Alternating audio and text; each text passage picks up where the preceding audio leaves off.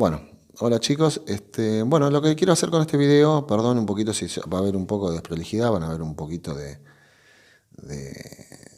movimiento de cámara, pero ahora les voy a mostrar por qué es. Yo lo que quiero es, con este pequeño video y después voy a hacer las explicaciones en el pizarrón.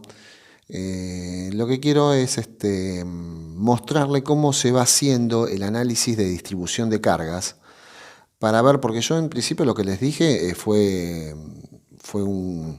cómo se calculaba, por ejemplo, una viga, cómo se calcula, pero yo les di la carga, pero ¿de dónde sale ese valor de carga? ¿Cómo hago para determinar ese valor de carga, ¿no? Esos tantos kilos por metro cuadrado, esos tantos kilonewton por metro cuadrado, tantos kilonewton por metro, o esa carga newton, ¿de dónde sale, no?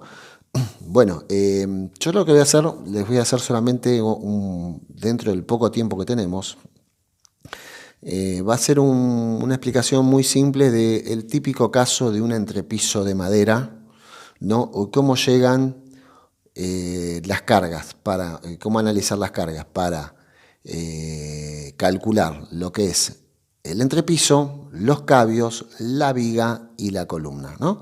Entonces, bueno, van a ver que yo acá les voy a mostrar una maquetita que hice, se los voy a mostrar, perdón la desprolijidad. ¿Ven? Esta es una maquetita que la hice así medio rápida para que se entienda un poquito de dónde viene. ¿Ven? En primer lugar, yo lo que quiero explicar es esto. Ven que yo lo hice así a propósito. Todo esto está todo flojo, ¿no? No está pegado, así que se va a mover muy rápido.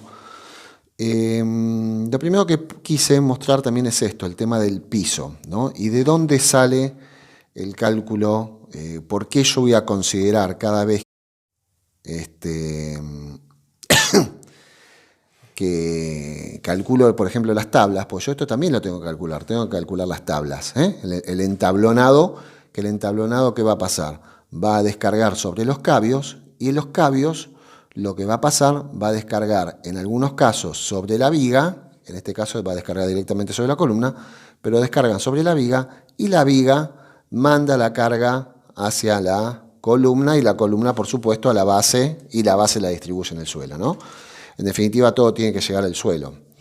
Entonces yo lo primero que tengo que hacer es considerar, pero ven que yo lo hice a propósito esto, de tener, por ejemplo, una tabla larga y una tabla cortita, o varias tablas cortitas, porque nos puede llegar a pasar este tipo de casos, ¿no? Que de repente yo no tengo una tabla tan larga como para cubrir todo el entrepiso completo. Pues si yo tuviera una tabla completa para cubrir el piso, yo quizás lo puedo tomar como casos hiperestáticos y que me permiten reducir la sección, pero no siempre me pasa eso. A veces me pasa que la tabla llega por la mitad o llega hasta una parte y después la hago con recortes que me fueron quedando. A veces me quedaron varios recortes y estos recortes los voy aprovechando para ir poniéndolos entre cabio y cabio. Entonces, ¿qué es lo que pasa? Cuando me pasan estos casos, ven estos casos acá, esto yo no lo puedo considerar como hiperestático, tengo que considerarlo como isostático, porque no tengo continuidad del material, el material quedó cortado. Entonces siempre yo aconsejo que cuando calculen en madera, que se calcule como sistemas isostáticos, o sea, van a calcularlo como una viga simplemente apoyada en un cabio y en el otro cabio. Entonces, ¿qué es lo que va a pasar? Cuando yo calculo esta tabla, que esta tabla no es como la losa, que yo la losa de hormigón puedo volcarla y tengo continuidad en toda su superficie. Acá la tabla tiene un ancho y tiene un espesor y tiene un largo. Entonces, ¿esto cómo se calcula? Se calcula como si fuera una viga que va a tener un ancho, por ejemplo. Si, por ejemplo, tengo una tabla de, no sé, de 8 pulgadas o 6 pulgadas, tendrá 15 a 20 centímetros de ancho, ¿no? Por un largo que tiene la separación que tengo entre cabios, que la separación entre los cabios generalmente está entre 50 y 60 centímetros, y un espesor que lo voy a tener que determinar, ¿no? Generalmente lo que se hace en esos casos es hacer una verificación, porque generalmente para los pisos de madera se utilizan, principalmente si estoy usando pino, se utilizan tablas mínimas de 1 pulgada. Hay algunos que lo hacen de 3/4, quizás el de 3/4 es si yo tengo poca separación, si yo por ejemplo acá estoy trabajando con separaciones de 45 centímetros, quizás un 3/4 puede llegar a ver. Bueno, eso tendríamos que hacer el cálculo, ¿no? Eso yo lo que les voy a indicar cómo se hace el procedimiento y después ustedes lo pueden llegar a hacer, ¿no? Entonces, ¿qué es lo que pasa? Después, todo esto, esta superficie, yo lo primero que hago es calcular ¿cómo se llama? El piso. ¿Por qué? Porque el piso, en este caso, el piso no tiene carga, pero ¿qué es lo que pasa? Este piso tiene que tener la particularidad, ¿no? Tiene que soportar, en este caso no está cargado, ¿no? Y lo que tiene que hacer es poder soportar el peso de una persona, ¿eh? En este caso, soporta el peso de las personas. Y no solamente el peso de las personas, sino también el peso del mobiliario que puede estar arriba, ¿no? Que si ustedes se fijan, ven que lo hago a propósito, a veces ¿qué pasa? Yo, por ejemplo, si acá tengo una cama, que además esta persona de repente se va a acostar, ¿no? Entonces de repente, ¿qué es lo que pasa? Fíjense que la carga de la cama está repartida, concentrada, por ejemplo, en la tabla que está entre estos dos cabios y entre estos dos cabios. O sea, todo el peso de la cama más el peso de la persona se va a concentrar en estas dos tablas. Y esta tabla no está recibiendo carga. Bueno, para ese tipo de casos, yo lo que hago, y eso ya está calculado, se toma lo que se llama, se estima una sobrecarga. Se estima una sobrecarga.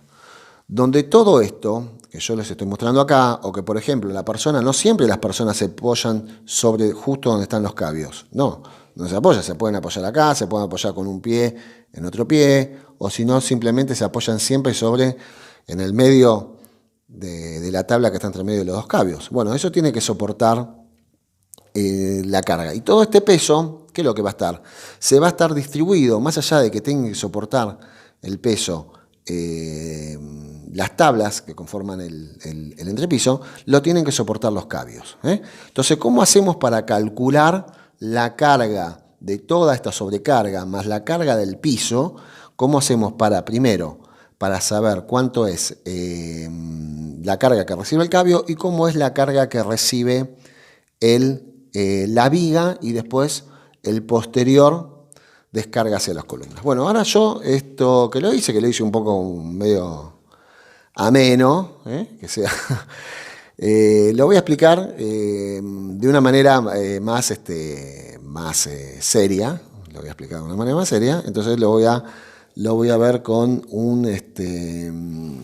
con una serie de ejercicios, y yo no me voy a poner directamente a calcular, sino yo solamente lo que les voy a decir es cómo se calculan las cargas, ¿eh? Cómo se calculan las cargas. No me voy a poner de vuelta a hacer el ejercicio de cálculo de cabio, porque es todo lo mismo. Calcular esta tabla, calcular este cabio, calcular esta viga es todo lo mismo. Ustedes ya vieron cálculo de viga. Todo lo mismo. Lo que tengo que sacar es la flexión, momento flector, verificarlo a flecha, verificar a corte, saco la sección y es todo lo mismo. Momento flector máximo, sigma es igual a m sobre w, y a partir de ahí sale todo. Sale tanto para esto que está acá, para las tablas, para los cabios, para las vigas. En definitiva son todas vigas. Esto no deja de ser una viga, esto no deja de ser una viga y esto no deja de ser una viga. Lo que pasa es que uno le da nombre, cabio, le dice viga o le dice, no sé, tablonado, tablón, porque de acuerdo a la función que tiene o a la forma que tiene y a la disposición que tiene, ¿está? Pero no dejan de ser todas vigas, ¿eh? Entonces, ahora les voy a explicar con un ejemplo y cómo calculamos esas cargas.